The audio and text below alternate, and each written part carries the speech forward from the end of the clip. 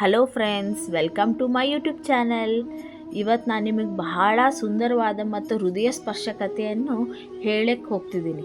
ಅದೇನೆಂದರೆ, ಒಬ್ಬ ಬಡ ಬ್ರಾಹ್ಮಣ, ಹರಿದು ಬಟ್ಟೆ, ಮನೆಯಲ್ಲಿ ಅನ್ನನೇ ಇರಲಿಲ್ಲ.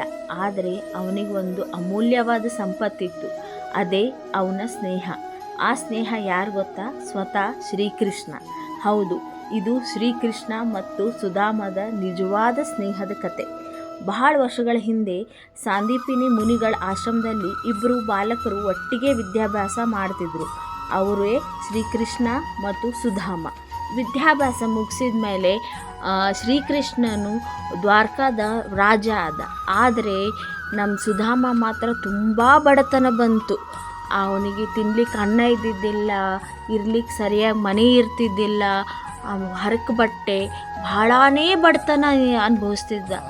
ದಿನ ಏನು ಬಂದಿದ್ರೆ ಬಂತು, ಇಲ್ಲದ್ರೆ ಇಲ್ಲ, ಅಷ್ಟಾಗೆ ಮಾಡಿಕೊಂಡು ಅವನು ಇರ್ತಿದ್ದ.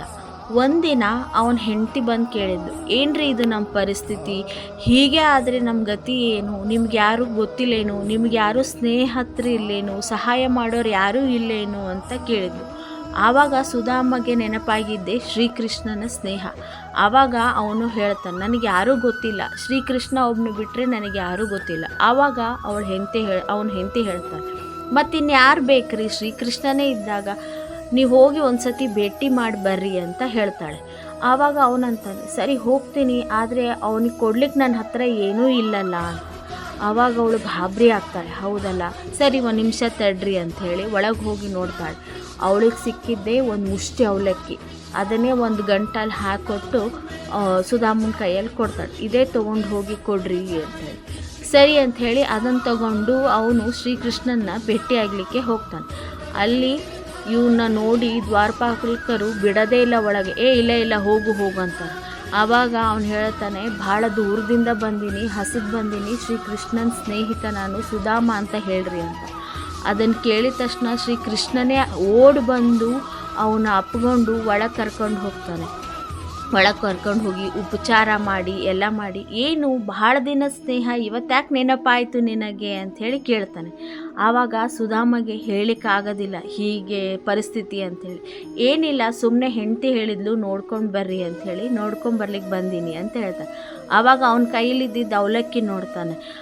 ಇದು ನನಗಂತ ಹೇಳಿ ತಂದಿದ್ದು, ಕೊಡಲ್ದೇ ಇರ್ತೀಯ ಅಂಥೇಳಿ ಅದನ್ನು ಕಸ್ಕೊಂಡು ಆ ಅವಲಕ್ಕಿನ ಅವನು ಸ್ವೀಕರಿಸ್ತಾನೆ. ಆಮೇಲೆ ಅವನಿಗೇನು ಕೇಳಲಿಕ್ಕೆ ಆಗಲಿಲ್ಲ. ಸರಿ, ಹಾಗಾದರೆ ನಾ ಹೋಗಿ ಬರ್ತೀನಿ ಅಂತಾನೆ. ಸರಿ ಅಂಥೇಳಿ ಕೃಷ್ಣ ಹೇಳ್ತಾನೆ. ಆದರೆ ಅವನಿಗೆ, ಅರೆ ನಾನು ಕೃಷ್ಣಗೇನು ಕೇಳಲೇ ಇಲ್ಲ, ನಾನು ಹೆಂಡ್ತಿಗೆ ಏನಂತ ಹೇಳಿ ಅಂತ ವಿಚಾರ ಮಾಡ್ತಾನೆ. ಆದರೆ ಬಂದು ನಿಲ್ತಾನೆ, ಅವನಿಗೆ ಮನೆಯೇ ಸಿಗೋದಿಲ್ಲ. ಏನಿದು, ನಮ್ಮ ಮನೆ ಅರಮನೆ ಆಗಿಬಿಟ್ಟಿದೆ ಅಲ್ಲ. ಆಮೇಲೆ ಹೆಂಡ್ತಿನ ಕರೆದು ಕೇಳ್ತಾನೆ. ಹೆಂಡತಿ ಹೇಳ್ತಾಳೆ, ಇದೆಲ್ಲ ಶ್ರೀಕೃಷ್ಣಂದು ಮಹಿಮೆ ರೀ, ಅವನೇ ಎಲ್ಲ ನಮಗೆ ಕೊಟ್ಟಿದ್ದು ಅಂತ.